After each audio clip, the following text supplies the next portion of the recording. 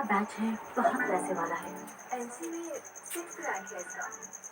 Handsome है यार, height 6 feet का लगता है।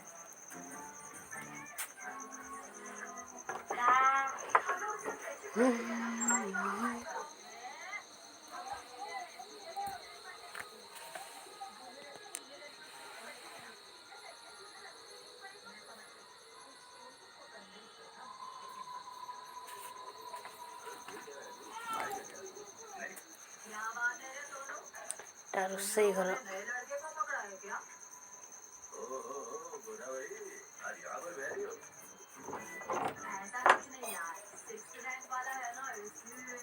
हमने पहले ही उसको बुक कर लिया है, तू अपना इरादा बदल ले।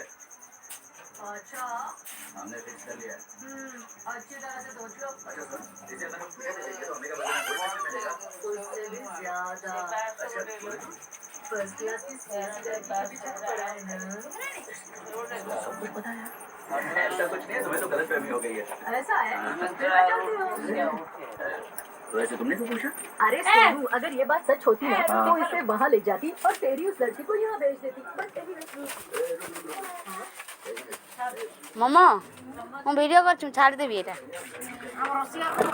ୟେସ୍ ଏଇ